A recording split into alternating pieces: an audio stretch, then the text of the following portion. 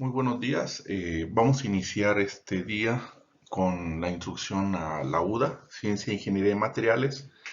Yo espero tener alumnos de agrónica. Bueno, agrónica aún no tenemos, pero sí de Ingeniería Mecánica Agrícola y de Ingeniería en Energías Renovables. Durante el curso, pues vamos a ver algunos temas como es la estructura de los materiales, vamos a ver algunas clasificaciones de los materiales comerciales, tratamientos térmicos, vamos a ver lo que es la difusión, algunos defectos de los materiales y vamos a terminar con propiedades eléctricas. Bueno, esta es una introducción general. Vamos a abordar el día de hoy los tipos de enlace que tenemos principalmente en los materiales utilizados en ingeniería. Y vamos a ver algunas propiedades, cómo se correlacionan las propiedades de los materiales en las aplicaciones. Y un ejemplo muy general de una aplicación o de una selección de material. Entonces, yo les pido por favor que lean lo que es el plan de estudios, el archivo del plan de estudios, así como la guía didáctica, la voy a estar modificando, adaptando al entorno virtual. Recuerden que por motivos de la pandemia, pues se van a impartir estas UDAs de forma virtual. Ya esperemos, se supone que ya la vacuna está, entonces esperemos que a finales de año ya llegue el país y ya el siguiente semestre podamos estar trabajando normalmente, ¿no? Yo creo que para este tipo de materias sí es indispensable que sea presencial o al menos semipresencial. Y va a haber, entonces les pido también que lean el material adjunto, para que refuercen lo que vamos a ver en el día de hoy, si es necesario que lo lean. Y después va a haber un examen sencillo, no es tan complicado. Y por favor respeten los tiempos porque en la plataforma de forma automática les va a ir generando las calificaciones. Entonces, si usted lo dejan al final y si el último día se les va al internet y se cierra el sistema o la fecha para presentar los trabajos o entregar las tareas o entregar las prácticas, perderán esa parte de la calificación. Y entonces, y esto va a ser parejo para todos. O sea, no se va a abrir el sistema para, para darles otra oportunidad, no. Entonces, por eso háganlo con tiempo, para que y no lo dejen al final, para que no vaya a haber problemas, que la plataforma está caída, que no tiene internet. Entonces, sí les voy a pedir, por favor, eso. Entonces, vamos a iniciar con el tema de hoy para reforzar lo que yo supongo que ya leyeron, los archivos que ya leyeron. O igual pueden ver esta presentación y posteriormente leer los archivos. Entonces puede ser de las dos formas. O probablemente vean primero la presentación y después lean los archivos, ¿no? Pero sí es necesario que lean los archivos correspondientes al tema, al primer tema, que es la introducción de la ciencia e ingeniería de materiales, ¿no? Bueno, entonces hoy vamos a ver una introducción a lo que es la UDA. Básicamente vamos a abordar cuatro temas: el concepto de ciencia e ingeniería de materiales, y vamos a ver lo que es la relación estructura, propiedades y procesado de materiales. Los tres están relacionados. Nosotros vamos a ver lo que es estructura y propiedades. El procesado de materiales no toca tanto voy a dar algunos ejemplos, pero no es tanto de esta UDA, más bien corresponde a procesos de manufactura, que es otra de las UDAs. En el caso de los alumnos de ingeniería de energías renovables, no es necesario que lleven esa UDA. Los que están relacionados con mecánica agrícola o agrónica, ellos sí van a requerir llevar esa UDA porque ellos llevan otras UDAs relacionadas al diseño, a la construcción, a la adaptación de maquinaria agrícola. Entonces, ese es y vamos a ver esos tres aspectos, ¿no? Vamos a ver los materiales industriales, grupos principales y propiedades, la clasificación general. Más adelante lo vamos a detallar en otras secciones. Y vamos a terminar un ejemplo sencillo de la selección de materiales en ingeniería, porque es importante saber un poco de estructura de propiedades y procesamiento de materiales para hacer una adecuada selección de materiales en ingeniería. Nosotros, con respecto a la selección, vamos a hacerlo desde el punto de vista comercial. Ustedes no son ingenieros metalúrgicos, no son ingenieros en materiales. No vamos a diseñar o crear nuevos materiales, simplemente vamos a utilizar los que ya existen en el mercado. Pero para eso requerimos un cierto background, un cierto conocimiento de fondo para hacer una adecuada selección. Bueno, entonces, algunos conceptos sobre la ciencia de ingeniería de materiales. ¿Qué es la ciencia de materiales? Es una disciplina científica íntimamente relacionada con la investigación que tiene por objeto el conocimiento básico de la estructura interna, propiedades y procesamiento de los materiales. Mientras que la ingeniería de materiales es una disciplina de ingeniería que trata del conocimiento de los materiales a niveles fundamentales y aplicado, con objeto de que puedan ser convertidos en productos necesarios o deseados por una sociedad tecnológica. Y nosotros vamos a tratar de forma muy básica de conjugar los dos conceptos. Entonces, por un lado, el conocimiento básico de materiales y por otro lado, conocimiento aplicado a los materiales de forma básica en un semestre. Les recuerdo, por ejemplo, un ingeniero metalúrgico o un ingeniero en materiales estudian 4 años y medio, 5 años, dependiendo de la universidad.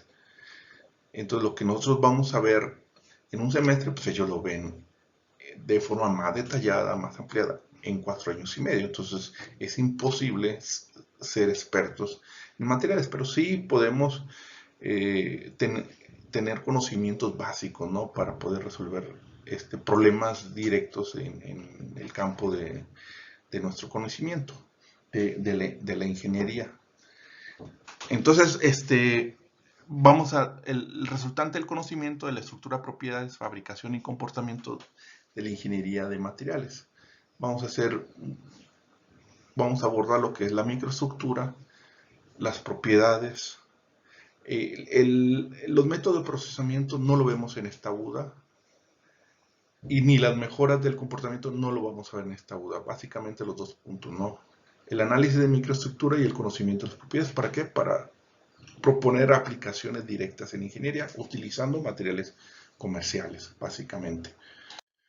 Bueno, aquí vemos este diagrama, podemos ver este diagrama, cómo se conjugan básicamente la estructura del material, las propiedades del material y el procesado. Es decir, el procesado puede ser, por ejemplo, vamos a hacer una espada, por ejemplo, samurái, que usan los japoneses. Podemos fabricarla de diferente manera. A eso nos referimos al procesado. Yo puedo hacerla a través de moldeo, de forjado. Agarro una especie de martillo y la empiezo a forjar, como se hacía en la antigüedad. Así se hacía en la antigüedad, se pone en una fraga, se calienta el rojo vivo y luego la golpeamos, ¿no? Para hacer el filo y ya después se le da un acabado con algún tipo de lima o un tipo de material o una herramienta que desbaste. Ese podría ser una forma. Otra es hacer la lámina y a través de esmerilar la punta. Entonces tenemos dos tipos diferentes de procesado. Esos son los procesos de fabricación. Pero ese proceso de fabricación, si yo lo hago, digamos, a través del esmeril, me va a generar un tipo de estructura. Y a la vez me va a modificar las propiedades. Y si yo lo hago por forjado, me va a dar otro tipo de estructura y a la vez otro tipo de propiedades. Entonces, estas tres cosas están relacionadas entre sí. Igual, el tipo de fabricación tiene que ver, por ejemplo, en la estructura. La estructura es otro ejemplo. Yo puedo tener un acero y la estructura se refiere al ordenamiento subatómico, atómico, a la estructura, a la microestructura. Eso lo vamos a ver con más detalle, pero vamos a ver en el hierro. El hierro que tiene un tipo de ordenamiento de los átomos. Yo puedo desordenar u ordenar esos átomos de diferente manera si yo lo caliento a alta temperatura y le doy un enfriamiento muy rápido. Se llama templado, lo vamos a ver más adelante. Ese simple hecho, yo estoy jugando con la estructura del mismo material, pero con diferente proceso. Entonces si yo a un pedazo de acero le hago eso y a otro pedazo de acero, ya me modificó las propiedades. Y si yo quiero maquinarlo, un acero templado, ya no puedo usar herramientas convencionales. Si no estuviera templado y si lo quiero maquinar, puedo usar herramientas convencionales. Por ejemplo, el torneado. Para tornear puedo usar un buril normal, comercial, de los comunes. Pero ese mismo material templado, es decir, donde yo ya jugué con la estructura, yo ya no puedo usar una herramienta convencional. Tiene que ser de carburo de tungsteno o polvo de diamante. ¿Por qué? Porque está muy duro. Entonces, ¿a qué vamos? Que un cambio en el proceso le puede pegar la estructura y le puede pegar las propiedades. Un cambio en la estructura le pega al tipo de procesos de fabricación. Tengo que modificarlo y cambiar sus propiedades. Entonces, cada una de ellas está relacionada.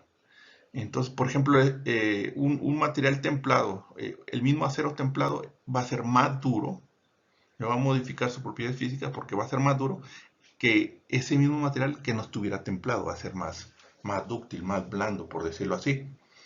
Entonces, y esto tiene que ver con la aplicación, donde se va a usar. Entonces, estas tres, la estructura, las propiedades y el procesamiento o el proceso de fabricación o el proceso de modificar sus propiedades están relacionados, o sea, no son independientes una. Modifico sus propiedades, modifico la estructura y el tipo de manufactura. Modifico el tipo de manufactura, seguramente me va a modificar en algo la estructura y en algo las propiedades. Y igual la estructura, si modifico la estructura, hago algo que modifique su estructura, me va a modificar sus propiedades y voy a tener que modificar el proceso de fabricación para lograr el, el, el, el elemento final que deseo. Entonces, básicamente esto es, nosotros nos vamos a enfocar en la estructura. Podemos jugar con la estructura, vamos a ver, que son finalmente los tratamientos térmicos, que es lo que más cercano que tenemos. Aunque podríamos jugar con otro, con el forjado, con otras cosas, pero eso ya completa otras dudas. Nosotros básicamente en eso. Y podemos tal vez no jugar con sus propiedades, pero sí aprovechar las propiedades de los materiales comerciales que ya existen, porque es lo que finalmente nosotros vamos a utilizar, un material comercial. No vamos a crear materiales, vamos a utilizar materiales que ya existen en el mercado.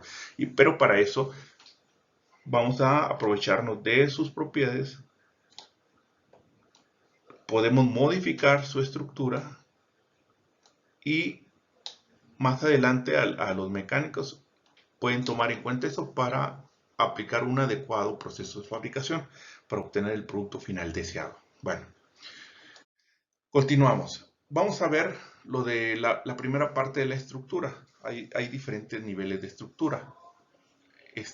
Por ejemplo, la estructura subatómica se refiere a la configuración de electrones en niveles energéticos.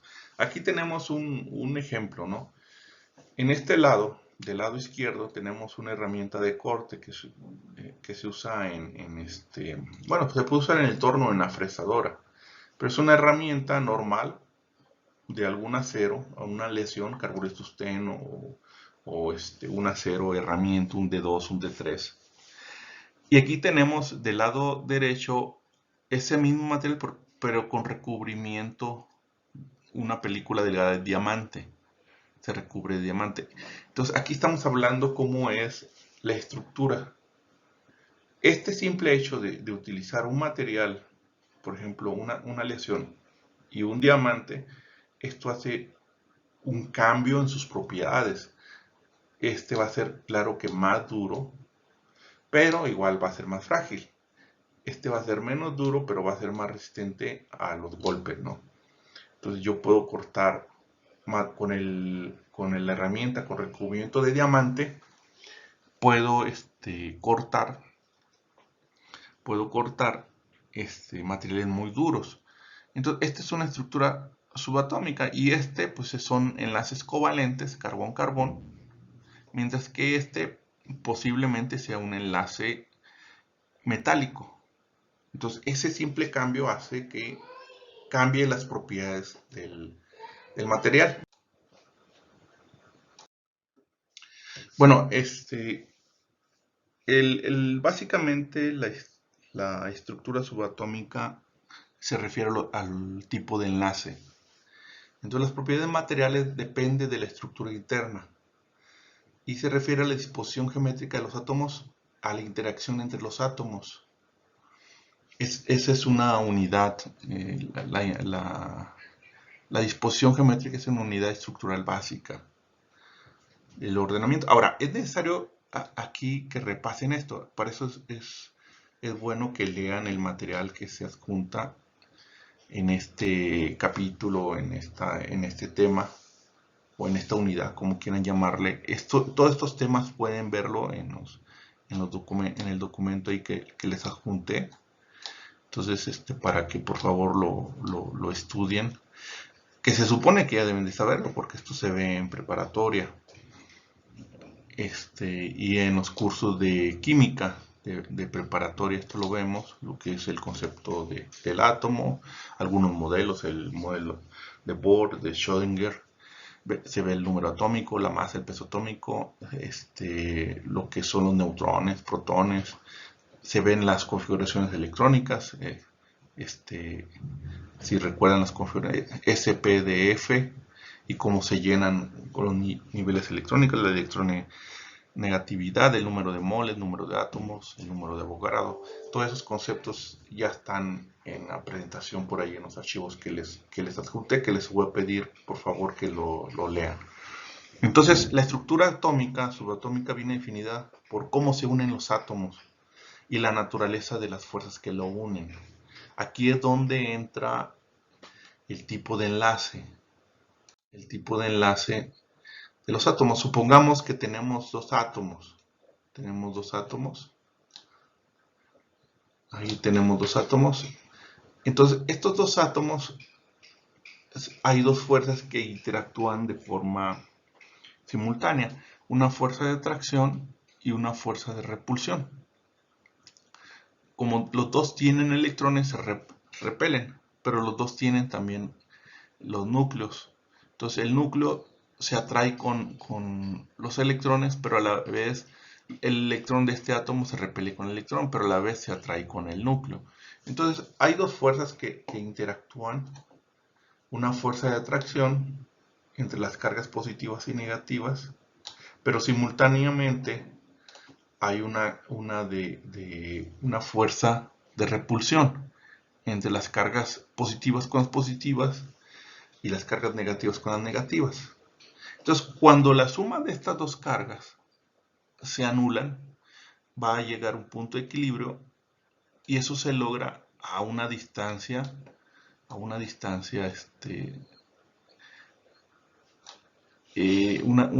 cierta distancia que le vamos a llamar R sub 0, que es la distancia de enlace. Entonces, y esa distancia es cuando se anula la fuerza de atracción y la fuerza de repulsión. Eso hace también que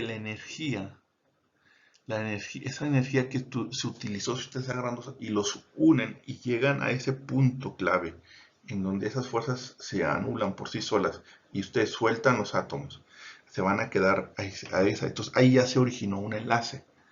Y esa energía es una energía que le llamamos energía del enlace, una E sub 0, que sería que en este diagrama, aquí sería, y queda almacenada como una energía potencial del átomo. Entonces, si yo quiero romper separar esos átomos, yo necesito una energía mayor, esa energía de enlace. Y esa energía la puedo hacer a través de temperatura, a través de una energías electromagnéticas o una fuerza. Aplico la fuerza, entonces tiene que ser lo suficientemente grande para que sea mayor esa energía de enlace. Y cuando yo logre eso, entonces yo puedo lograr romper ese enlace. Ahora, eso se logra, ese enlace Es una fuerza atractiva que mantiene unido a los átomos y que hace que funcionen como una unidad, en donde el sistema busca de la configuración electrónica más estable, que tenga menor energía. Estos tipos de enlaces, este tipo de fuerza, pueden ser primarios o fuertes y pueden ser secundarios o débiles. Los primarios o fuertes son grandes fuerzas interatómicas. Hay una compartición o transferencia de electrones de valencia y ahí es donde entran los enlaces iónicos, los covalentes o los metálicos. Sin embargo, también tenemos los otros que son los débiles, que son fuerzas mucho más débiles. No hay compartición ni transferencia de electrones, más bien que se dan por fuerzas columbianas, mientras que en el enlace primario así hay una compartición o una transferencia de electrones. Acá no hay transferencia, más bien una molécula se forma como un dipolo y la otra se deforma y los positivos se atraen como positivos y los negativos son fuerzas columbianas, básicamente. Y a diferencia de las fuerzas primarias, son más débiles y una de ellas son las fuerzas de Van der Waals, que por ahí ustedes, y entre otras, son las puentes de hidrógeno y como lo que se da en las moléculas del agua, ¿no? Entonces, de ahí vienen, a través de este enlace podemos hacer una clasificación de los materiales. Tenemos los materiales cerámicos, perdón, metálicos van a tener un enlace metálico, mientras que los cerámicos pueden tener un enlace iónico, un enlace covalente o la mezcla de los dos. Generalmente en la naturaleza ni nada es iónico ni nada es covalente. Hay una prevalencia, pero a final de cuentas es una mezcla entre iónico y covalente. Y luego tenemos el otro tipo que son materiales moleculares y los polímeros, que son enlaces covalentes y secundarios, es la mezcla de los dos. Cuando tenemos fuerzas de Van der Waals puras, generalmente tenemos el estado sólido. Pero un material no tiene totalmente fuerza de Van der Waals. Tiene enlace covalente y de Van der Waals sumado. Entonces, aquí podemos ver, por ejemplo, en los enlaces iónicos son materiales cerámicos o covalentes, o pueden ser más covalentes que iónicos o más iónicos que covalentes. Generalmente no es 100% puro iónico ni 100% covalente. Tiende a ser más de uno, pero generalmente un cerámico es la suma de los dos. Un metálico, pues tenemos los materiales metálicos, los aceros, las aleaciones. Ahí entraría este tipo de enlace. Y mientras que una mezcla entre covalente y un secundario, aquí tenemos en esta parte la mezcla de los dos, tenemos los materiales polímeros, los plásticos y los moleculares. Bueno, ahora, ¿qué es el enlace iónico? Recordando ahí sus cursos de química, es el enlace entre elementos con electronegatividades muy diferentes y donde se presenta una transferencia de electrones, donde un átomo debe ceder y el otro debe ganar. Aquí tenemos el ejemplo típico, es la sal de mesa, ¿no? Tenemos el sodio, donde el sodio en su último nivel... Recuerden que este es el modelo de Bohr. Este es un modelo que realmente así no están organizados los átomos. El modelo actual es el modelo de Schrödinger por mecánica cuántica, pero el modelo de Bohr para fines didácticos y prácticos nos sirve en la ingeniería de materiales. Es decir, con eso podemos explicar sin ningún problema, aunque sabemos que no es el modelo exacto, pero con eso podemos explicar de forma... podemos explicar en materiales para lo que nosotros lo utilizamos, ¿no? No es necesario entrar a lo que es el modelo de Schrödinger de la mecánica cuántica, con esto es suficiente. ¿Entender? Pero sí hay que estar consciente que así no está dicho. No es la configuración real del material, pero nos ayuda, es muy idealizado, como si fueran esferitas, pero realmente no son esferas, ¿no? Bueno, pero finalmente el último nivel, aquí le sobra 1 y a este nivel, recuerden que hay que completar 8, le falta 1, tiene un hueco. Entonces, en el enlace iónico, este nivel energético, por decirlo así, desaparece y se lo cede al cloro Al cederle, se hace con carga positiva y recuerden que los átomos son neutros, pero al cederse, se hace más negativo y se hace positivo porque perdió una carga negativa. Entonces, básicamente es la unión, se unen porque uno es positivo y uno es negativo. Y con eso nosotros formamos el cloruro de sodio. Es una atracción electrostática entre cationes y aniones. Es fuerte, no direccional y se mantiene la neutralidad. O sea, la molécula es neutra, aunque internamente cada elemento uno es positivo y uno negativo. Y se hace la formación de redes iónicas y no parejas, formando un esquema tridimensional de iones unidos. Así sería, ¿no? El cloruro de sodio. Esto es un enlace donde es la unión de un metal con un no metal, básicamente. Entonces, por eso se dice que sus electronegatividades son muy diferentes, porque uno es metal y el otro es un no metal. Bueno, entonces eso corresponde al enlace iónico.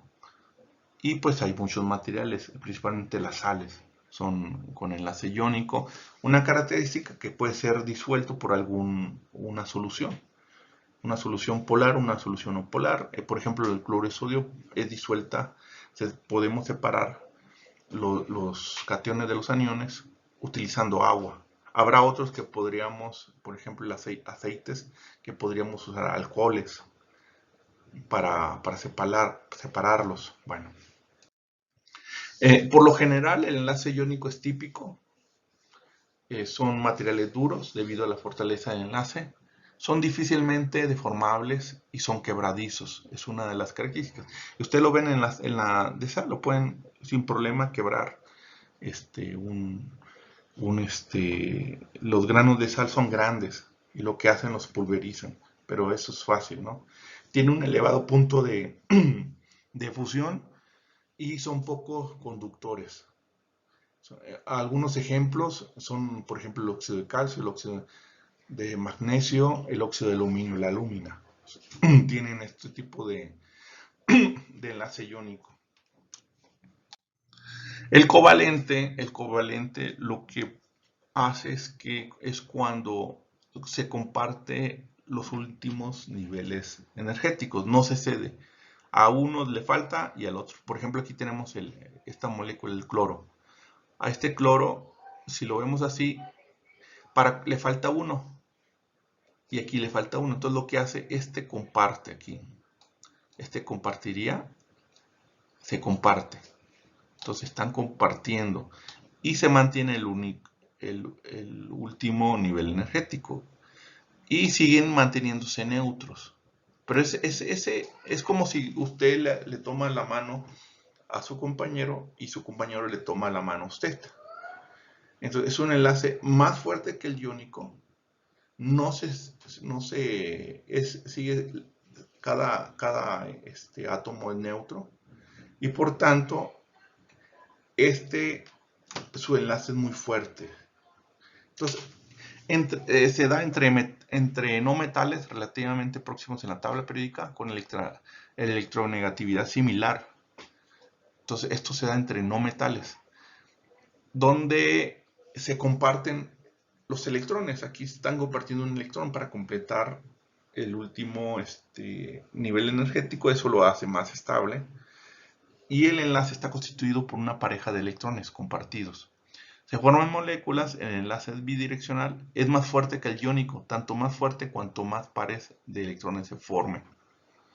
Por ejemplo, el agua, ¿no? Es un ejemplo. La molécula del agua, no entre agua y agua, sino la molécula de agua tiene ese tipo de enlace. Los propanos, una molécula de propano, cualquier molécula de cualquier polímero, de cualquier plástico, la molécula, no la unión de muchas moléculas, la molécula tiene este tipo.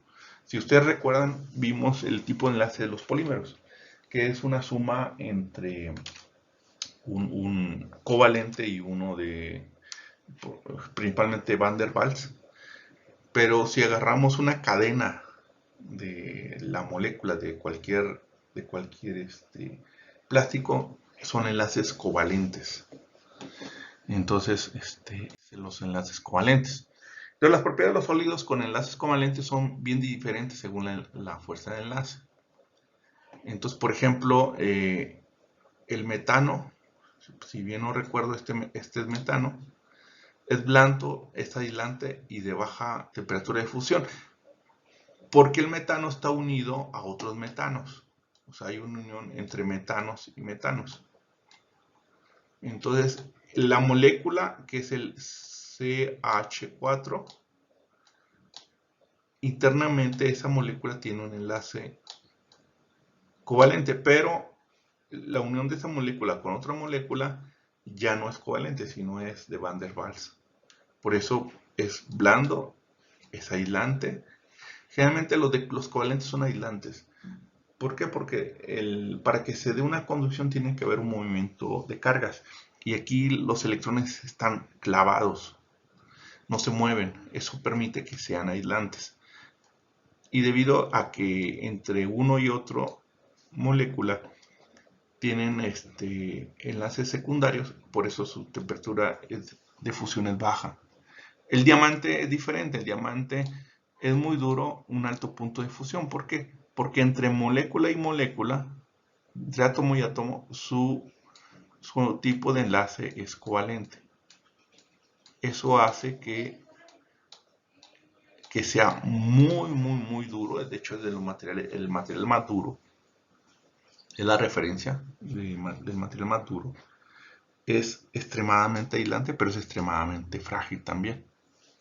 Este tipo de material. Y los metálicos son átomos con pocos electrones de valencia en su última capa. Son los grupos 1A, 2A y elementos metálicos, en donde tienen radios atómicos muy grandes. Al tener radios atómicos muy grandes y tener pocos electrones en su última capa, la fuerza de atracción entre ese electrón con el núcleo es muy débil. Eso hace que ese electrón se pueda mover libremente o se pueda separar libremente. Entonces, ¿qué es lo que pasa? Que el electrón que está en la última capa, cuando se une con otro átomo igual o similar, porque pueden ser los mismos, por ejemplo, hierro, o puede ser níquel, cobre, los dos son metálicos. Entonces, ceden el último y forman como una especie de mar electrónico. Ese mar electrónico, al ser de puro ese electrón, va a tener como una neblina, vaya, o como un budín. Hagan de cuenta un budín, donde el centro son las pasas y el pan es el exterior y el pan es negativo y las pasas son positivas. Entonces, ese mar de electrones hace que se mantenga la unión. Esto se le conoce como un enlace metálico. ¿Cuál es el problema? Que esas cargas están libres, por eso son buenos conductores de calor, son buenos conductores de electricidad, no son aislantes los metales. El enlace metálico es fuerte, pero no tan fuerte como el iónico o como el covalente. Entre el iónico y el covalente es el menos fuerte. Entonces, su estructura son núcleos de cationes rodeados de una nube de electrones asociada a todo material, ¿no? Es un enlace no direccional, es menos fuerte que los otros dos tipos de enlaces primarios, el covalente y el iónico, y su fuerza aumenta con el número de electrones de enlace. Entonces aquí lo estamos viendo. Y estos, bueno, tienen un acomodo que vamos a ver más adelante, ¿no? Este es el tipo de enlace metálico. Entonces, por lo general, el enlace metálico es típico. Son materiales con alta conductividad eléctrica y térmica. Son fácilmente deformables, a diferencia de los de enlace iónico y covalente, los podemos deformar, porque como tiene una nube electrónica, permite esta cierta forma de formarlos.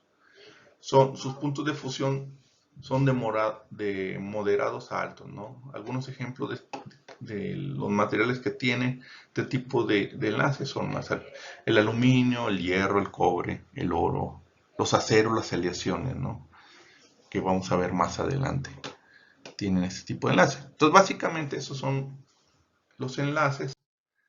Tenemos otro que son los de Van der Waals, donde no se comparten ni se ceden electrones, y básicamente se produce por atracción entre los dipolos. Tenemos el átomo, cuando lo juntamos con otro átomo se forma un dipolo. Esto ustedes, fíjense, esto ustedes lo hacen en las materias de física. El problema es que a veces no les explican.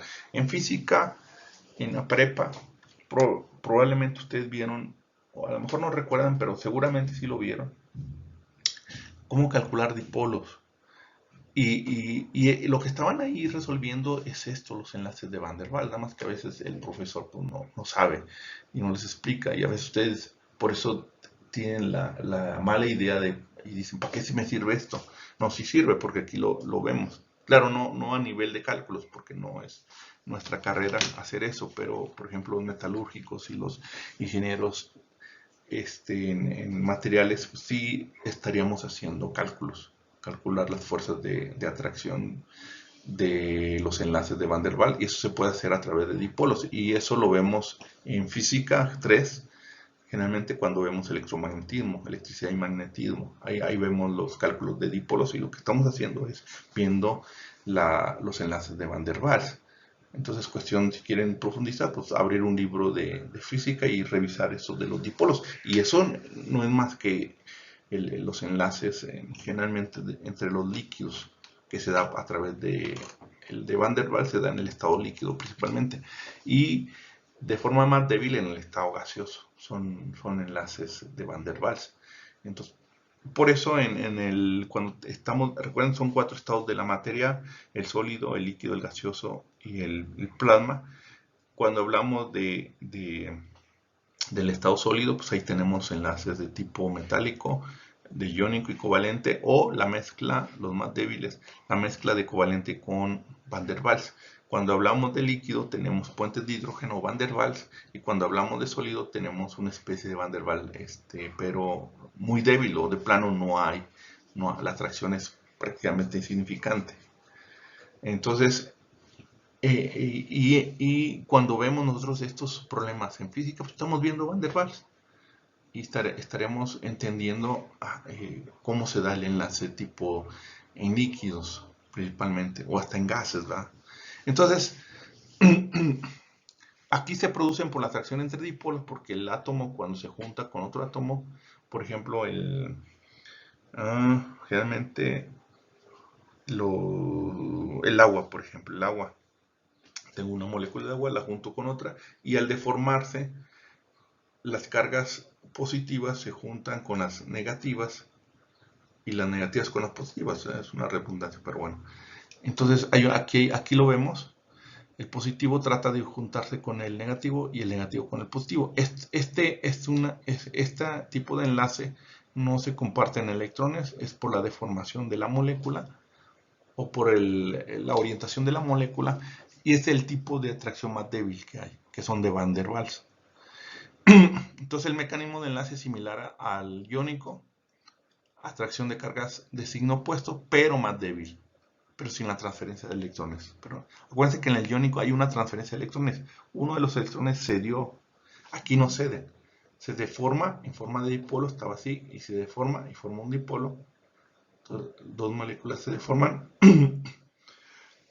y es la atracción, ¿no?, por las cargas, pero no hay transferencia de electrones, como en el caso del iónico. Puede ser un dipolo inducido o un dipolo permanente. Entre los dipolos inducidos es un dipolo instantáneo, son fuerzas atractivas temporales no direccionales y varían la magnitud con el tiempo, mientras que el dipolo permanente, como es el agua, son entre moléculas polares que contienen dipolos permanentes, fuerzas atractivas significativamente mayores a las anteriores, ¿no? Entonces, estos son de Van der Waals. Son despreciables en magnitud frente a los enlaces primarios, no direccionales. Son importantes en materiales moleculares y en algunos polímeros. Moleculares, por ejemplo, los hidrocarburos podría ser, la propia agua podría ser. Un caso especial es el puente de hidrógeno. Aquí vemos el hidrógeno, donde el oxígeno va a tener una carga, los hidrógenos otra carga. Entonces, este hidrógeno se trata de unirse con el oxígeno de la otra molécula y este hidrógeno con la molécula. Esto aquí tenemos la carga.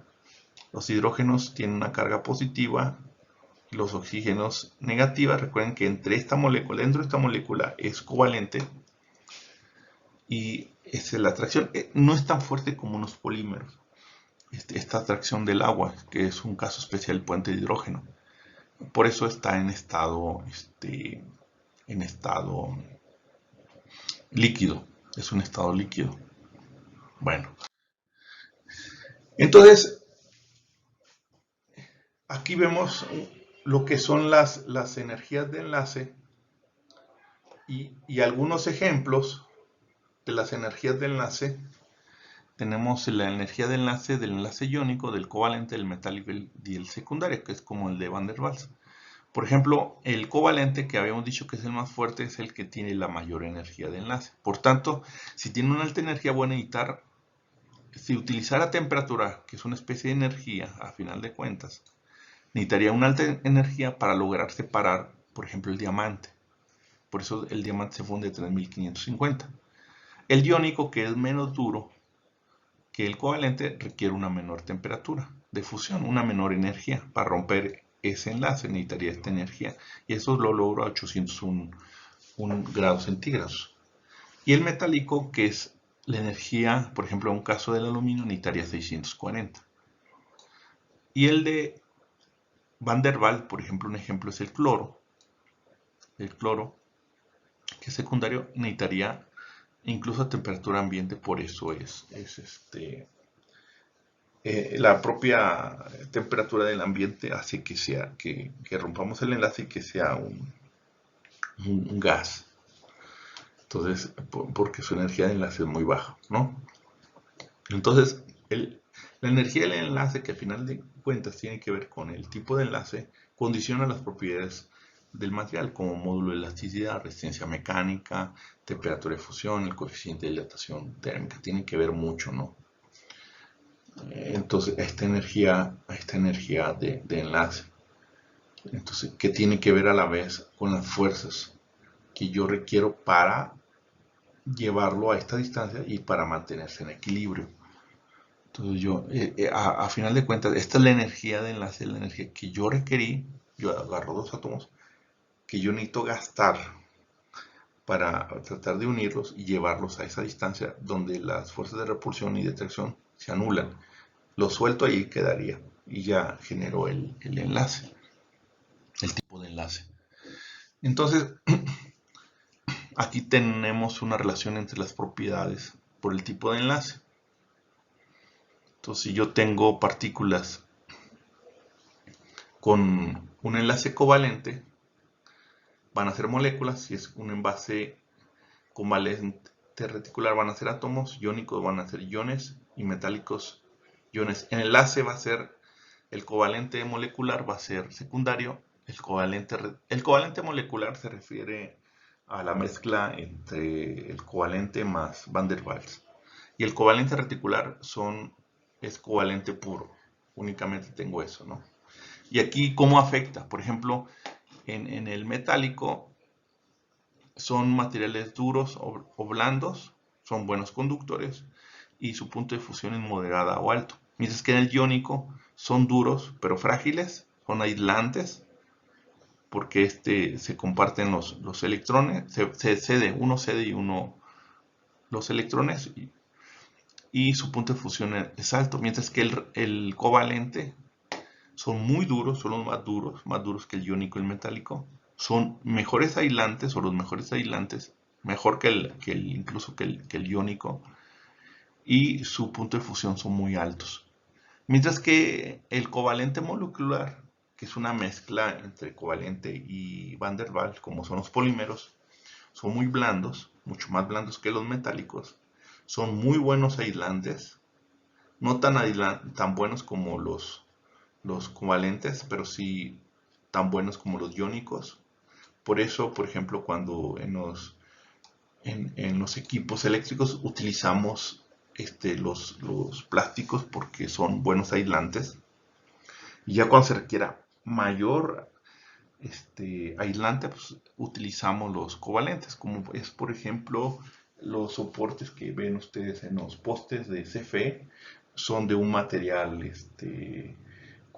son covalentes. No son plásticos, son covalentes porque ahí como pasan altos voltajes, 30 y tantos mil, 30.000 volts, por ejemplo, o altas corrientes, requerimos no plásticos, sino todavía que tengan mejores propiedades.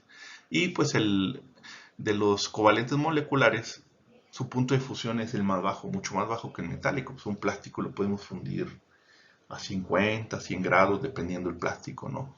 Aunque ya hay plásticos o este tipo de materiales que algunos ya pueden alcanzar hasta 400 grados, ¿no? Pero ya son un poco más caros. Bueno, eso es con respecto al ordenamiento subatómico. El ordenamiento subatómico de un material se refiere a lo que es su estructura, su tipo de enlace. Ahora vamos a ver el ordenamiento atómico. Este tipo de estructura lo vamos a ver con más detalle en el siguiente tema. Sí le vamos a dedicar un capítulo porque sí es importante. El tipo de enlace, ese ya está, o sea, ahí no podemos hacer mucho. Ya sabemos que si mezclamos dos metales iguales o diferentes, pues vamos a tener un enlace metálico. Ya sabemos que si mezclamos, fundimos un metal con un metal, vamos a tener un iónico. Y ya sabemos si mezclamos dos no metales, pues vamos a tener un covalente. Y ya sabemos que en los polímeros es una mezcla entre covalente y de Van der Waals. O sea, eso ya está.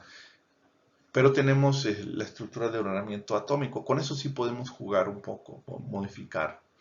Y eso lo podemos lograr en la mayoría de los casos con un tratamiento térmico, de forma limitada también, pero podemos hacer jugar con el ordenamiento atómico, por eso le vamos a dedicar más adelante. En el curso se le dedica un tema más, o un par de temas más, se profundiza porque con sí podemos nosotros jugar. Entonces, la estructura de ordenamiento atómico se refiere a la configuración de los átomos en su disposición espacial dentro del sólido. Aquí ya no estamos viendo cómo se enlaza estos átomos. Independientemente del tipo de enlace, si es iónico, si es covalente, de dos átomos, por ejemplo, aquí tenemos dos átomos donde lo estoy marcando, o aquí tenemos dos átomos diferentes, o pueden ser diferentes o iguales. Entonces, no estamos ya discutiendo el ordenamiento subatómico, sino el ordenamiento atómico. Esto se da en el margen de 1 a 10 Armstrong. En el subatómico es por abajo de un Armstrong. Estamos hablando de un Armstrong. Entonces, porque estamos hablando de las distancias atómicas entre los enlaces. Aquí la resolución es de 1 a 10 Armstrong. Y se refiere a cómo está dispuesto cada átomo en el espacio, la disposición espacial dentro del sólido. Entonces, se refiere a las estructuras ordenadas o desordenadas. Cuando hablamos que los átomos, por ejemplo, yo tengo un pedazo de hierro, o de cobre, o de aluminio. Si yo lograra meterme, yo vería, y vamos a idealizarlo, el átomo como una esfera. Entonces yo vería las esferas ordenadas. Yo vería aquí tengo una, aquí tengo otra ordenada. Un ordenamiento. Pero si lo vemos orden. Está ordenado, tiende a tener un orden. Cuando pasa eso, decimos que la estructura está ordenada. Eso generalmente se da en los aceros, se da en las aleaciones, en los metales puros, en los metales no puros. Pero también puede ser que los átomos estén desordenados, es decir, estén desordenados. Un ejemplo de eso son en el vidrio. El vidrio común, el vidrio de su ventana, que es óxido de silicio, son moléculas de óxido de silicio que están unidas, están fundidas, están unidas, pero si nos metiéramos no tiene un orden, están desordenados. Es óxido de silicio. Entonces, cuando están desordenados se le conoce como material amorfo. Cuando están ordenados se conoce como material cristalino. Entonces, por eso aquí tenemos, según la distribución de átomos, de iones o moléculas, los sólidos pueden ser cristalinos o pueden ser amorfos. Los cristalinos son átomos organizados de forma periódica en 3 dimensiones, es decir, en X, Y, Z. Es una ordenación de largo alcance, mientras que los amorfos son átomos que no presentan una ordenación. Pueden presentar a lo mejor, a lo mejor puede formar una especie de triángulo y acá pero no forman, no hay una figura geométrica definida, están todos desordenados. Un ejemplo de un material amorfo es el vidrio. Y fíjense cómo podemos jugar. Si yo lograra que los átomos del vidrio estuvieran ordenados, más bien, se los voy a poner al revés. Yo voy a la playa, agarro arena, que es óxido de silicio, y la purifico, saco las impurezas de alguna forma, uso algún proceso. Y lo fundo, lo meto a algún tipo de horno y lo fundo. Y lo dejo solidificar. Lo que voy a obtener es óxido de silicio cristalino. A eso le vamos a conocer como cuarzo. Ese es cuarzo, es óxido de silicio. Y el cuarzo tiene un punto de fusión por arriba de 1450 grados aproximadamente. El cuarzo es duro. El cuarzo es transparente. Por ejemplo, es transparente a los rayos X, a los rayos gamma, incluso a los rayos gamma. Cuando ustedes pasan, por ejemplo, por un retén militar, hay máquinas de rayos gamma para ver lo que hay dentro. Si ustedes hacen una cajita de cuarzo, no va a pasar. Si fuera rayos X es transparente. Si pasan en el aeropuerto, es transparente, no lo van a ver. Entonces, y es más caro, porque necesitamos un punto de fusión alto. Ahora, si yo agarro esa misma arena y yo le agrego un contaminante, creo que es aluminio, y lo fundo, lo que voy a hacer es que por ese contaminante voy a provocar que ese óxido de silicio esté desordenado. Y lo que voy a obtener es vidrio, el vidrio que ven ustedes en su ventana, que no es más que óxido de silicio amorfo, mientras que el cuarzo es óxido de silicio ordenado o cristalino, y el vidrio normal es amorfo. Sigue siendo enlace covalente, pero es amorfo. Eso hace que cambie radicalmente sus materiales. Por ejemplo, mientras que el óxido de silicio ordenado, cristalino, tiene un punto de fusión de 1450 grados, el óxido de silicio desordenado tiene un punto de fusión de 640 grados Celsius. El óxido de silicio desordenado, amorfo, el vidrio, me filtra los rayos UV que vienen del sol. El cuarzo no me los filtra, los deja pasar. Entonces, si yo uso cuarzo en las ventanas de los vidrios, me va a dar cáncer. Por eso se usa el vidrio común o en los carros, porque filtra más los rayos UV que vienen del sol. Son más sanos que el amorfo. No es que uno sea más o uno sea menos, no. Cada uno tiene sus propiedades.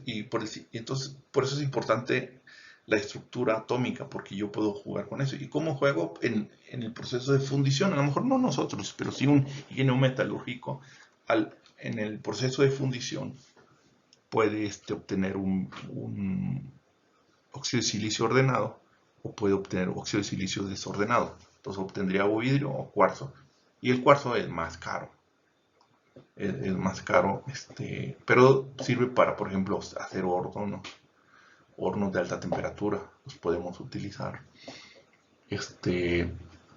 para muchos dispositivos, para mediciones en equipos, porque es transparente a muchas longitudes de ondas de la luz, que a diferencia del vidrio no es a bajas longitudes de onda, no filtra, no los deja pasar.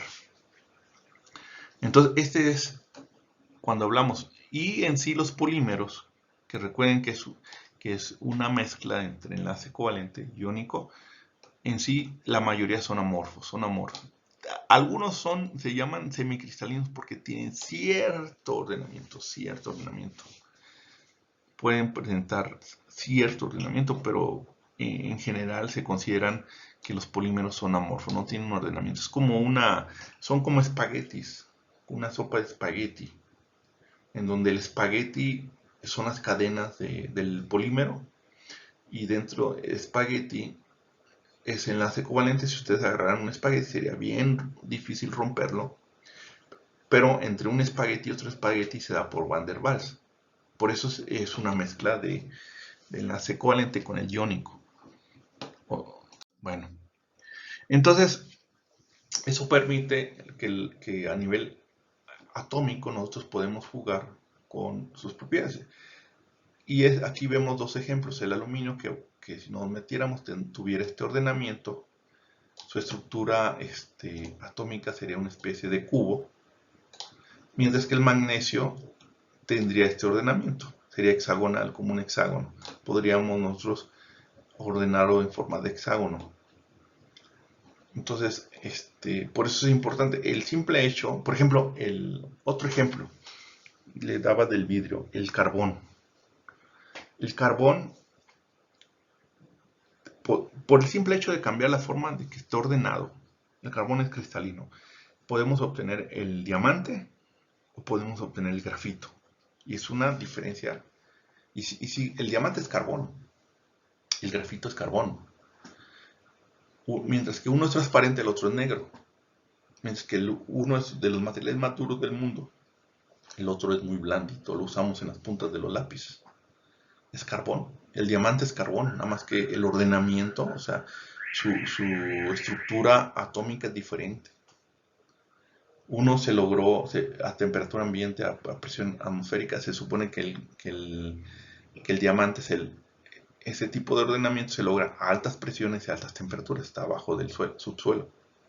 Entonces, ese simple hecho hace que sus propiedades puedan modificarse. Algunas las podemos modificar en laboratorio y otros a través de procesos de fabricación o procesos de manufactura los podemos lograr. Por ejemplo, en el caso de mecánica agrícola, el doctor Alberto trabaja con bruñido. Y el bruñido, lo que estamos haciendo, estamos deformando la superficie y estamos reordenando los átomos en la superficie. A nivel atómico lo estamos haciendo.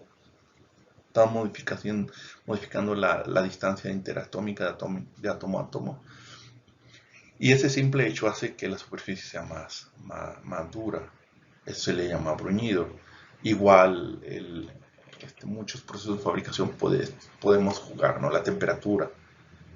Podemos lograr hacer esto. Por eso son los tratamientos térmicos. Bueno, tenemos la subestructura, donde, acuérdense, es subatómico, atómico, la estructura y la subestructura, ¿no? Aquí se refiere más que nada al tamaño de partícula.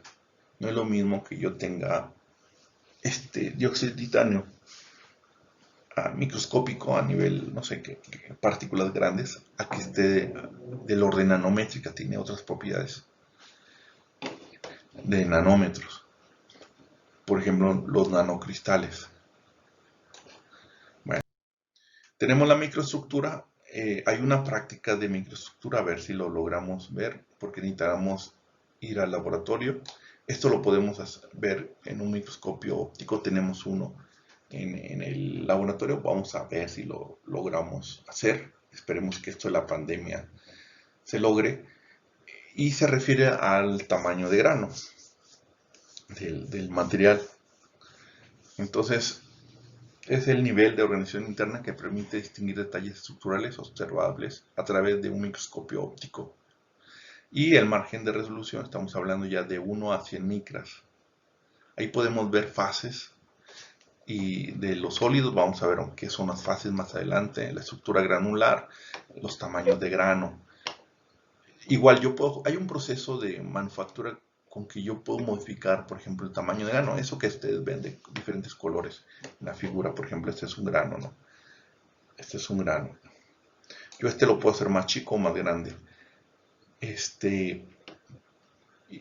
Y lo puedo hacer, por ejemplo, a través de la forja. Yo agarro un pedazo de acero y le pego en la punta con un martillo. Lo que yo estoy haciendo, lo estoy haciendo. Haría más pequeño esto. Esta parte. Al hacerlo más pequeño, yo lo hago más duro.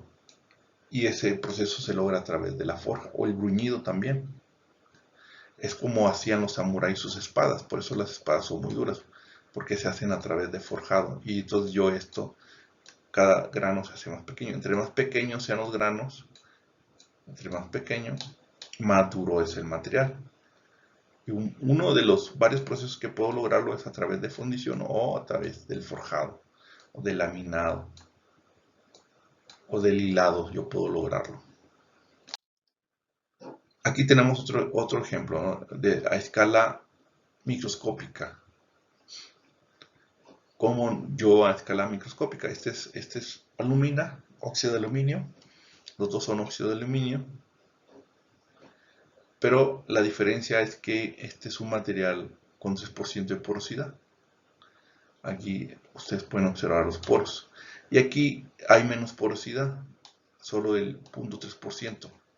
¿Cómo se logra? Bueno, lo logran durante la fundición al añadir 0.1 en peso de óxido de magnesio. El hecho de que este sea más poroso y este menos poroso, este lo hace un material opaco, mientras que este lo va a hacer un material translúcido. Entonces, es decir, este casi no deja pasar la luz o prácticamente no la deja y este sí la deja en cierta forma. Y eso se usa, por ejemplo, en filtros solares o cosas así. Lo podemos utilizar en los filtros solares. Acuérdense que la alumina se utiliza en las cremas para el sol.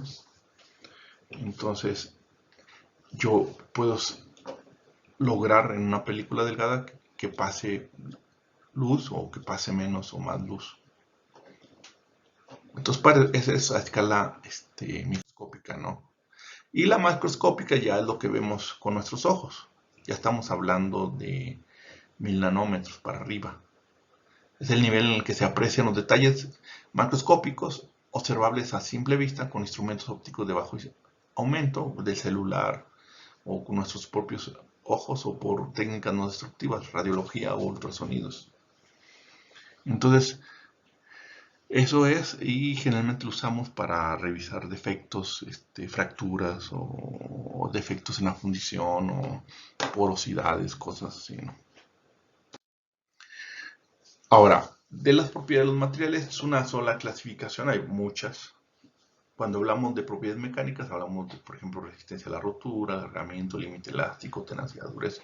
Cuando hablamos de propiedades físicas, hablamos de propiedades eléctricas como conductividad, constante dieléctrica, etcétera. Cuando propiedades térmicas, conductividad térmica y así. Entonces nosotros vamos a revisar un poco sobre dureza.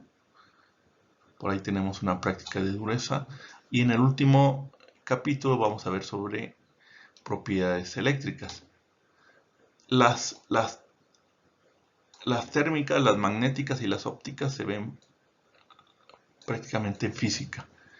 Pero aquí sí vamos a ver un poco de las propiedades eléctricas. De los materiales, principalmente la conductividad y lo que son los semiconductores, ¿no? Y luego tenemos otra que son resistencia a la corrosión y reactividad en líquidos y gases. Es una clasificación, hay muchas en general, ¿no? Entonces cuando hablemos de eso. Entonces aquí vemos algunas propiedades de algunos materiales. Por ejemplo, metales, algunos ejemplos de metales. Tenemos el cobre. Se utiliza para alambre conductor eléctrico.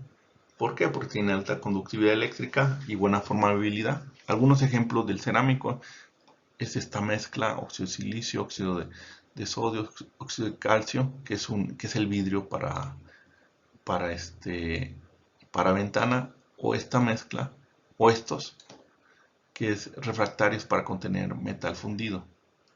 El titanato de bario son traductores para equipo de audio. Algunos polímeros, polietileno, epóxicos, fenólicos, semiconductores, que eso lo vamos a ver más adelante. Y hay otro que son los compuestos, los materiales compuestos, que el material compuesto es la mezcla de alguno de dos de estos tres. Es un material. Un metal con un cerámico, un metal con un polímero con un cerámico, o un cerámico con un polímero. Cuando mezclamos dos de estos, estamos hablando de materiales compuestos, ¿no? Básicamente. Y aquí es un ejemplo como del procesado. Nosotros podemos, a través del procesado, modificar las propiedades de los materiales. Podemos nosotros crear aleaciones férreas, aleaciones no férreas. Esto lo vamos a detallar más adelante, como a través del procesado, por ejemplo, por fundición, principalmente fundición, nosotros podemos lograr modificar las propiedades de materiales. No para que lo hagamos, para que entendamos cómo se han logrado en los materiales comerciales. Entender al menos por qué un acero inoxidable es inoxidable, por qué un acero colado fundido es muy frágil. Entonces lo vamos a entender, no para hacerlo, para entenderlo, más que nada, ¿no? Lo vamos a profundizar más adelante, este tema. Y aquí es otro tipo de proceso, ¿no? Esto se ve más que nada en procesos de fabricación. Cómo nosotros a través de la fabricación podemos obtener el mismo material, tenemos el mismo material con diferente proceso, y el hecho de cambiar el proceso vamos a modificar sus propiedades, ¿no? Su estructura, sus propiedades. Entonces podemos también jugar con eso, que no toca esta UDA, pero bueno, lo pongo aquí nada para tener una idea general. Y vamos a ver cómo también a través de temperatura nosotros podemos, que le llamamos tratamientos térmicos, eso sí lo vamos a ver más adelante. Vamos a ver esto con detalle, cómo podemos lograr, aplicando tratamientos térmicos, una modificación en las propiedades de los materiales comerciales, porque recuerden que vamos a usar materiales comerciales. También hay tratamientos mecánicos y tratamientos de superficie, no nos toca en esta UDA, pero podemos nosotros obtener, ¿no? Entonces, pero esto sí lo vamos a ver, esto sí con más detenimiento más adelante, principalmente en los materiales ferrosos, los tratamientos térmicos. Vamos a ver lo que es temple, recocido, normalizado, que son los típicos. Cómo lo podemos lograr, ¿no? Que ya se hace, un albañil lo hace. El problema es que él no sabe qué es lo que está sucediendo internamente. Y aquí el asunto es que ustedes sí lo van a saber. O sea, vamos a ver qué está sucediendo. ¿Qué está pasando? ¿Qué es lo que está haciendo el albañil cuando toma un pedazo cuando agarra un pedazo de acero? Cuando agarra un pedazo de acero y lo calienta al rojo vivo y luego lo mete en aceite y lo enfría rápidamente. Aquí lo vamos a ver, ¿no? Bueno, entonces aquí tenemos los materiales en ingeniería, los metales. Dentro de los metales bueno, aquí tenemos los materiales, una clasificación general. Lo vamos a ver con más detalle. No vamos a abordar mucho los plásticos. Vamos a abordar más bien lo que son los metales, los cerámicos. Entonces, tenemos los materiales, tenemos los metales, los plásticos, cerámicos y otros, y los compositos. Dentro de los metales, pues tenemos los ferrosos y los no ferrosos, y tenemos los amorfos. Dentro de los ferrosos, algunos ejemplos son los aceros, son las aleaciones, los aceros inoxidables, los aceros herramienta. Los no ferrosos tenemos el aluminio, el cobre, el titanio. Y luego tenemos otros que son los amorfos, que generalmente cuando en cualquier proceso generalmente son cristalinos. Los amorfos son ya casos muy, muy especiales. Y dentro de los plásticos tenemos los termoplásticos, los termoestables y los elastómeros, ¿no? Y los cerámicos pues, ahí entran los óxidos, los vidrios, el grafito, entra el diamante. Aunque el diamante es carbón, se considera un cerámico. Y los compositos, pues ahí entran los plásticos reforzados de matriz metálica, de matriz cerámica, los laminados, ¿no?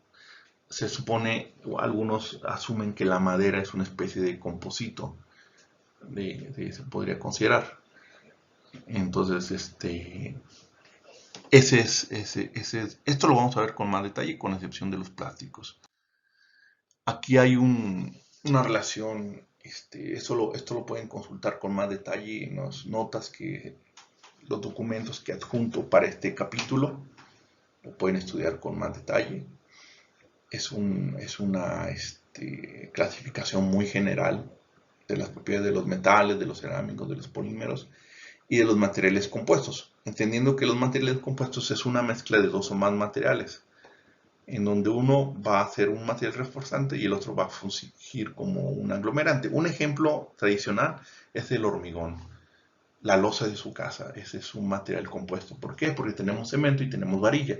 El cemento sirve como un aglomerante y la varilla como un refuerzo, como un material reforzante. Muchas estructuras ya de los carros, la carrocería, son materiales compuestos. Por ejemplo, la fibra de vidrio es un material compuesto. ¿Por qué? Porque tenemos fibras de vidrio ese como de las ventanas, que son son hilos de vidrio, y tenemos un plástico, un aglomerante, que sirve como un aglutinante, aglomerante. Entonces la mezcla de un cerámico con un polímero. Ese es el ejemplo, ¿no?, de los materiales compuestos. Generalmente los materiales compuestos tienen propiedades muy superiores a los dos materiales que utilizamos. Esa es la diferencia, ¿no? Entonces aquí hay un resumen, esto lo van a poder consultar. Este es resumiendo un poco, el material metálico pues, tiene un ordenamiento cristalino, tiene su tipo de enlace metálico, tiene alta conductividad eléctrica y térmica, emisión electrónica, tiene reflexión y brillo, ¿no? Los metales, si ustedes le disparan una de luz, lo va a reflejar, no lo va a transmitir. Y tiene buena resistencia mecánica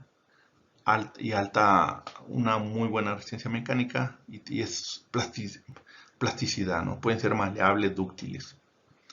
Son adaptables a cualquier proceso de conformación industrial, fundición, forja, laminación, mecanizado, ¿no? Sin ningún problema. Entonces los enlaces metálicos son constituidos por metales o un no metal en muy pequeñas cantidades. Tu tipo de enlace es metálico. Son estructuras cristalinas ordenadas, con casos especiales donde son amorfos.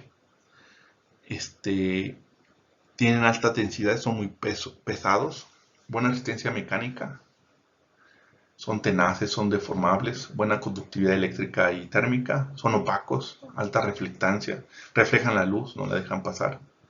Y generalmente tienen brillo metálico, ¿no? Ejemplos, los hierros, los aceros, el titanio, el aluminio, las superaleaciones, los aceros herramienta. Y son los materiales más comunes que utilizamos en ingeniería. Entonces, se encuentran en esta zona de la tabla periódica. Por ahí les anexé de la tabla periódica en uno de los archivos para que lo profundicen un poquito, ¿no?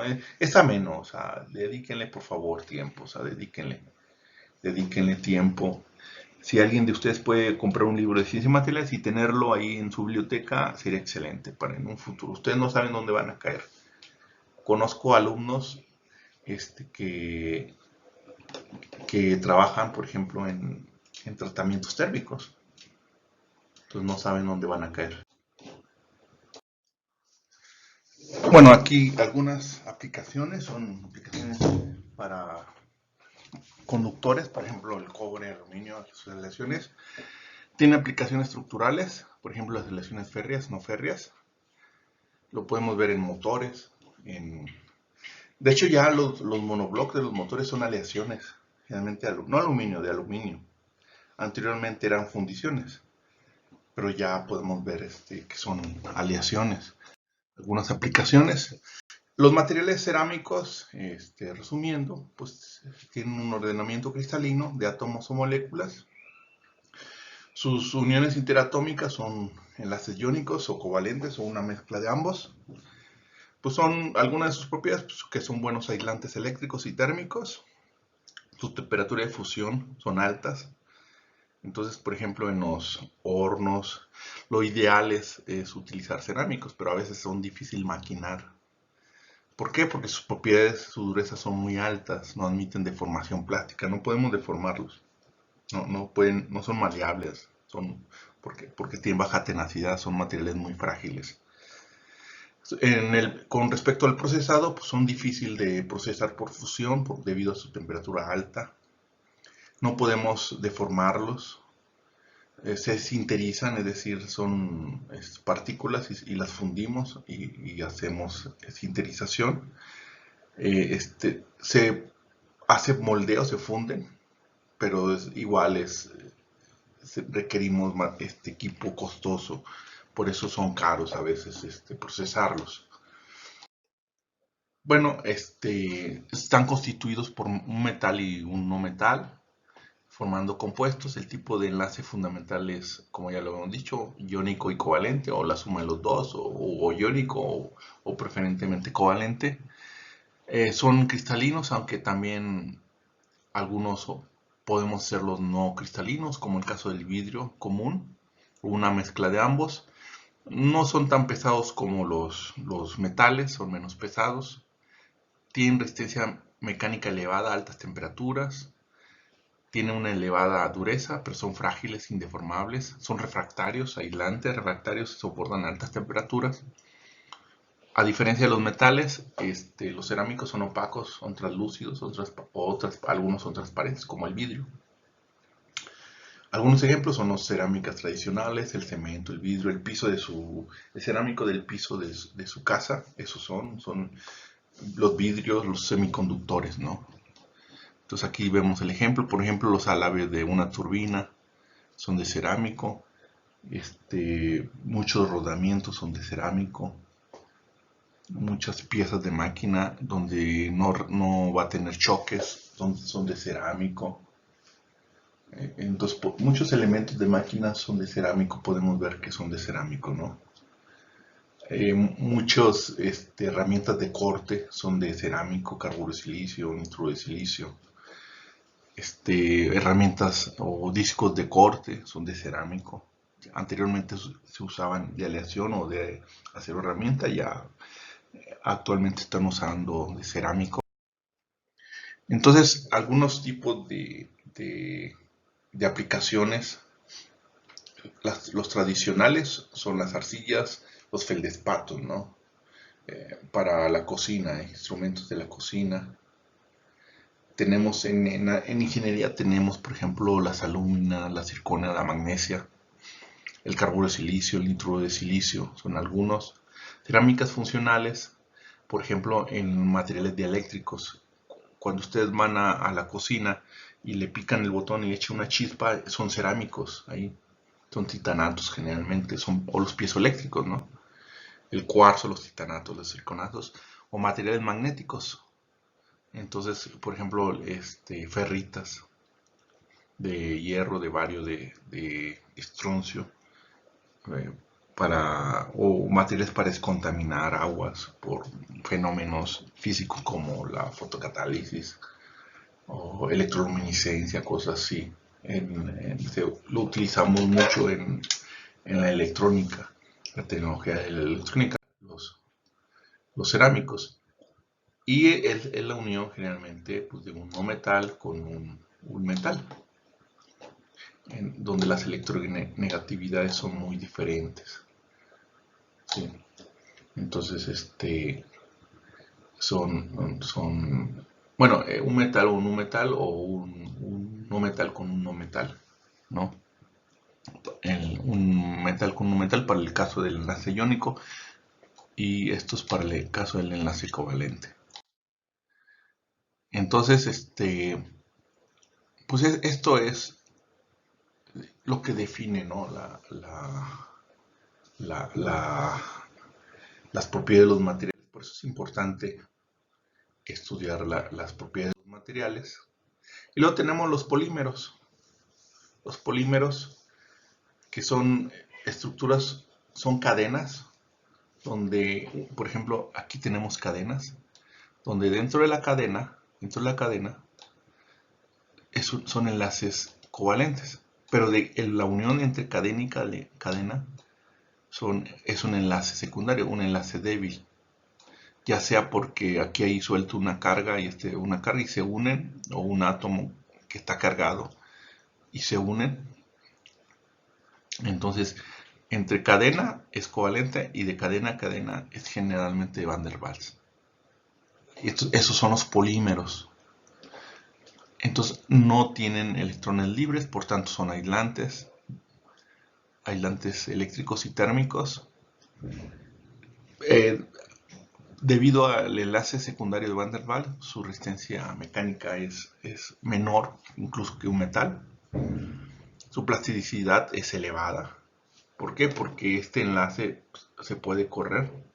Entonces eso hace que se deforme, su densidad es muy baja, incluso por debajo de los cerámicos. Y tiene una resistencia a corrosión elevada. Y son de bajo costo, ¿no? Y estos generalmente se originan de una planta, ¿cómo se llama esta que están haciendo en Dos Bocas? La que está haciendo Pemex en Dos Bocas. Se me fue bueno, ahorita sí me recuerdo, ahorita retomo el tema. Entonces, el procesado, pues son muy fácil de maquinar, fácilmente adaptables a multitud de procesos industriales, termoconformación, por ejemplo, inyección, extrusión. Un ejemplo es las impresoras 3D. Lo hacemos a través de un polímero o un biopolímero. Ahora, recuerden, esta es una clasificación general, ¿eh? Metales, cerámicos, compositos y polímeros. Es una clasificación general. Hay clasificaciones más detalladas. Entonces, es simplemente eso, una clasificación, para tener una idea general, ¿no? Entonces tenemos básicamente tres tipos de polímeros: los termoplásticos, los termoendurecibles y los elastómeros, ¿no? Son los tres tipos generales que tenemos. Bueno, los poliméricos, que es una de las clasificaciones de estos, están constituidos por largas moléculas orgánicas que pueden formar redes. Es el mismo tipo de enlace, una mezcla de covalente y enlaces secundarios, como Van der Waals. Son estructuras no cristalinas. Recuerden, los polímeros son amorfos. No tienen un ordenamiento, es como un espagueti con un desorden, ¿no? Probablemente en algunas zonas pueden tener un orden, pero generalmente no. Son de baja densidad. Tienen una resistencia mecánica media a bajas temperaturas. Son frágiles. Algunos son tenaces y plásticos. Otros no. No conducen el calor y la electricidad. Son opacos. Igual translúcidos o transparentes los podemos encontrar. Un ejemplo son el polietileno, el PVC, el teflón. Ese que usamos en la cocina, en los trastes, es un ejemplo del teflón. El PVC, ese que usamos en los baños para el desagüe, la tubería del desagüe, uno blanco. El polietileno, un ejemplo es los plásticos de las bolsas de mandado. Generalmente es ese, ¿no? Son los poliméricos. Entonces tenemos termoplásticos, de acuerdo al comportamiento térmico y mecánico, termoplásticos, termoestables y elastómeros. Es simplemente una clasificación, hay clasificaciones más generales, ¿no? Entonces, los termoplásticos, por calentamiento o presión, se vuelven deformables, adquieren plasticidad y adoptan un estado viscoso líquido.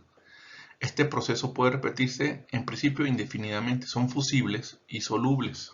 Son termoconformables o remoldeables por calor. Poseen una estructura molecular de cadenas abiertas o de hilos. Son soldables y reciclables. Los termoestables son estructuras entrecruzadas. A pesar del aporte calórico, no son moldeables, no los podemos moldear. No adquieren plasticidad. Producto líquido intermedio de bajo peso molecular. Y los elastómeros, por ejemplo, las ligas que conocemos, ¿no? Estructuras entrelazadas entre sí formando una malla tridimensional mullida. No son termoconformables, son insolubles, infusibles, pero hinchan en disolución. Son polímeros amorfos que sufren grandes deformaciones reversibles a temperatura constante, ¿no? Entonces, según su clasificación, su utilización, perdón, tenemos plásticos estándares, plásticos técnicos y plásticos de alta prestación. Los más utilizados, los estándares son, por ejemplo, el polietileno, el polipropileno, el poliestireno, el policloruro de vinilo, el PVC, que es el que a lo mejor conocemos más. El poliestireno, pues, polietileno lo encontramos en las bolsas de... Y el polipropileno también, yo creo, en las bolsas. Los plásticos técnicos son plásticos con propiedades especiales, bajas deformaciones cuando son sometidos a tensiones, incluso altas temperaturas, buena resistencia al impacto, buen comportamiento en abrasión, poca dilatación térmica, escasa contracción. Tenemos los poliamidas, polióxido de metileno, entre otros, ¿no? Por ejemplo, el PET, que son los con los que se hacen los plásticos de inyección, es el policarbonato, ¿no? El PC. El policarbonato lo utilizamos, bueno, ya se utiliza en muchos carros en muchas partes del chasis, perdón, de la carrocería, ya son de policarbonato, ¿no? Entonces, y los de altas prestaciones, que poseen propiedades muy particulares. El PMMA, que es excelente transparencia y estabilidad a la luz, iluminación y decoración. El PVCD, escasa permeabilidad a los gases y al vapor de agua, que se utilizan en el sector de envasado de alimentos y bebidas. El PTFE, que tiene gran resistencia el PVCD es el que es el tubería que se usa actualmente, que estamos usando una tubería para las aguas en las casas. Poner las aguas, ¿no? Ah, la industria petroquímica, ya recordé. Miren, ustedes como ingenieros, eh, muchos dicen que para qué, yo he escuchado mucho en la televisión, en la radio, pero es más que nada por cuestiones políticas. Dicen que para qué tenemos una planta petroquímica, pero en la planta petroquímica no nada más sale la gasolina o el diésel, sino salen estos plásticos o los insumos para fabricar estos plásticos. Y si ustedes se fijan, para donde volteen van a ver un plástico. De hecho, si están ahorita enfrente de sus celulares, ahí hay polímeros. El abanico tiene polímeros, la televisión tiene polímeros, la ventana tiene polímeros, la cama donde ustedes, el colchón tiene polímeros, el escritorio donde ustedes están, probablemente las patas tengan polímeros, el cargador tiene polímeros, todo tiene polímeros, y eso sale de ¿dónde? De una planta petroquímica.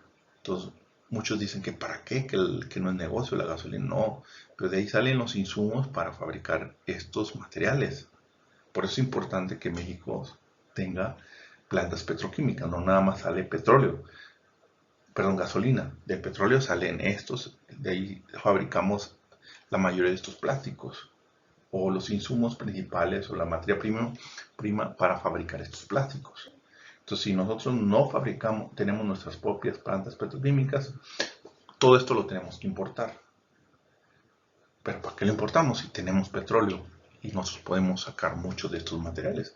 O a lo mejor no Pemex, por ejemplo, pero sí fábricas privadas podrían hacerlo. Por eso mucha gente, muchos políticos no están de acuerdo que se fabrique una planta petroquímica o que se echen a andar las plantas petroquímicas, porque eso implicaría probablemente ellos sean dueños de una empresa que se dedica a la importación de estos materiales y se acabaría su negocio. Entonces no es que no convenga, claro que conviene, pues estos materiales salen de las plantas petroquímicas o la materia prima para fabricarlos sale de esas plantas. Por eso cuando usted escucha no se vayan con lo que digan los políticos. A diferencia de los políticos, ustedes son ingenieros y como ingenieros tienen que tener un criterio más allá de lo que ellos digan. Bueno, continuamos.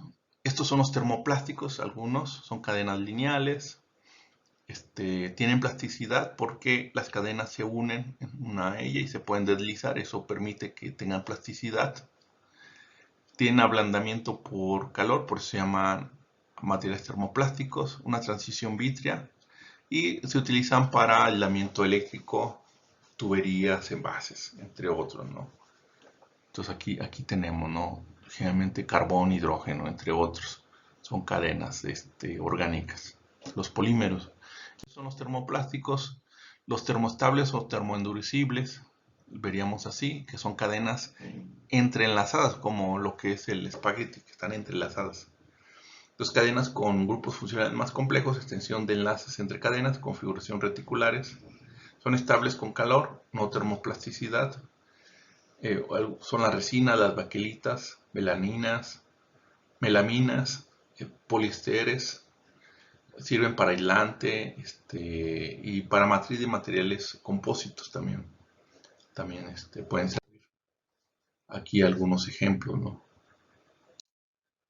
de cómo son cadenas largas de materiales. Los elastómeros son cadenas lineales rizadas, como el pelo, que están rizados, así entrelazados.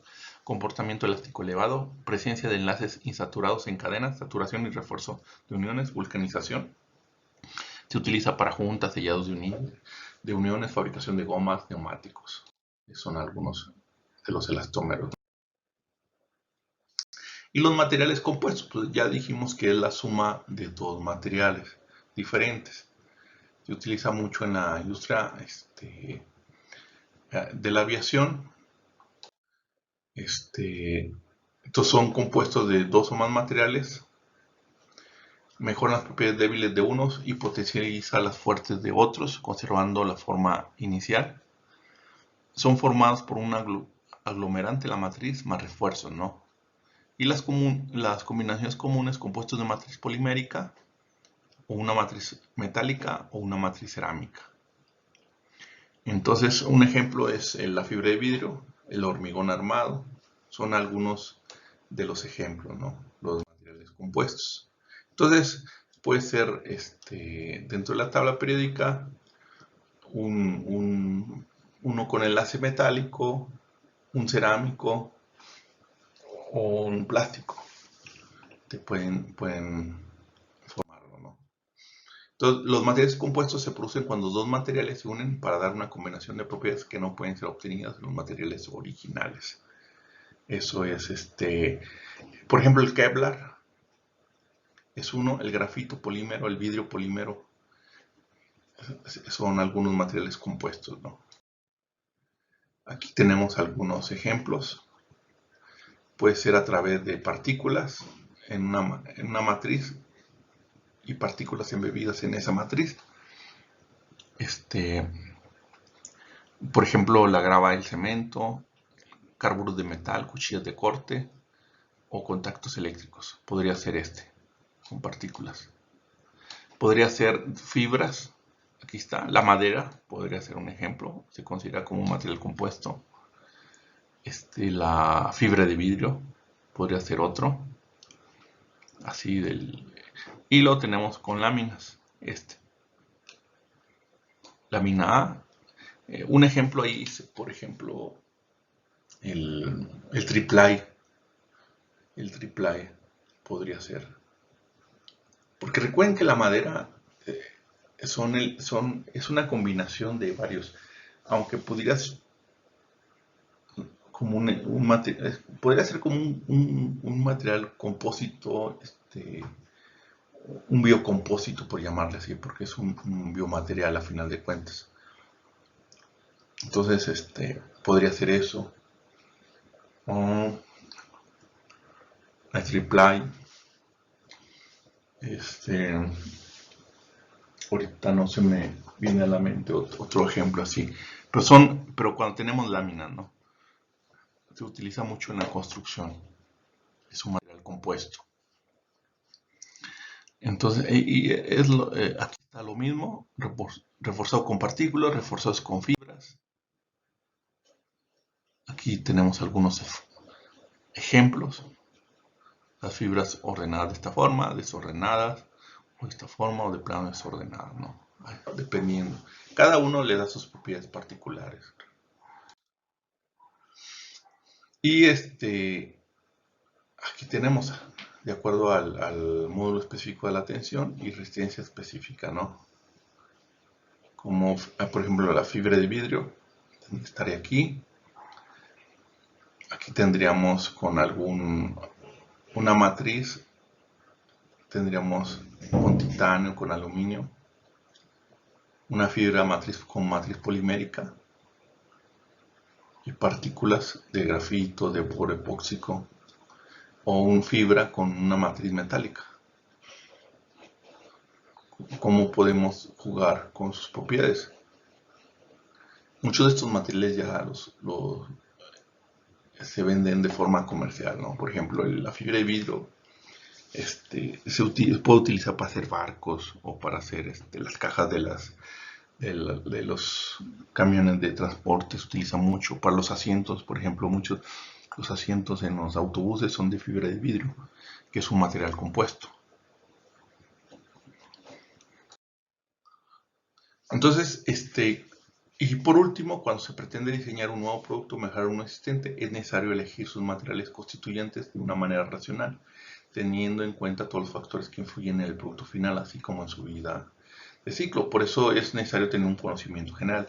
Para elegir un material, pues debemos considerar las propiedades, la disponibilidad, si existe o no existe, los costos de las materias primas y del proceso de fabricación. En nuestro caso, básicamente sería el costo. Si existe aquí en el mercado, tenemos que importarlo. Impacto sobre el medio ambiente. Hay algunos materiales que tienen un impacto al medio ambiente. Algunos materiales son controlados, por ejemplo, algunos materiales compósitos, porque los pueden usar para fabricarle carros ahí al marro o cosas así, ¿no? Entonces, o aceros. No sé si vieron un video supuestamente de un grupo guerrillero, ¿no? Donde eran como 80 agentes y eran camionetas ahí blindadas. Entonces probablemente pues, si se las hicieron, pues se las hizo un herrero, ¿no? Que no tiene conocimiento de ciencias materiales. Si agarran a uno de ustedes terminando el curso, pues probablemente le hubieran fabricado algún equipo más sofisticado, en lugar de utilizar láminas de un acero IC 1018, que es probablemente con las que le hicieron, le hubieran hecho un acero herramienta o un material compuesto o otro tipo de material, ¿no? Entonces, hay que considerar el reciclado de los residuos, condición del consumidor, etcétera, ¿no? Y estos pueden agruparse en tres categorías: en exigencias científico-tecnológicas, en económicas y socioecológicas, básicamente, ¿no? Entonces, la selección de materiales, la decisión final, adaptar en el proceso de diseño e ingeniería y que pueden conducir al éxito o al fracaso, ¿no? Y los factores a considerar: debe adquirir las propiedades deseadas, debe ser manufacturado con la forma deseada y con lo que tengamos, y debe ser una solución lo más económico posible. Son básicamente los tres. Entonces, una elección del tipo general del material, elección del material específico y selección final, ¿no? Entonces, hay un compromiso entre las características del comportamiento y del costo de cada uno de los materiales candidatos. Entonces, por eso es necesario conocer, y vamos a revisar algunos materiales comerciales en el transcurso del curso. Con esto terminamos esta presentación el día de hoy. Voy a abrir un foro en esta sección. Cualquier comentario o duda, pues podríamos ampliarlo, no hay ningún problema. Y les pido que por favor presenten el examen. El examen es un examen sencillo, falso y verdadero, para que lo presenten, no lo dejen al final, estudien el material y lo presentan, ¿no? Entonces, con esto sería todo y por favor continúan leyendo los documentos. Muchas gracias.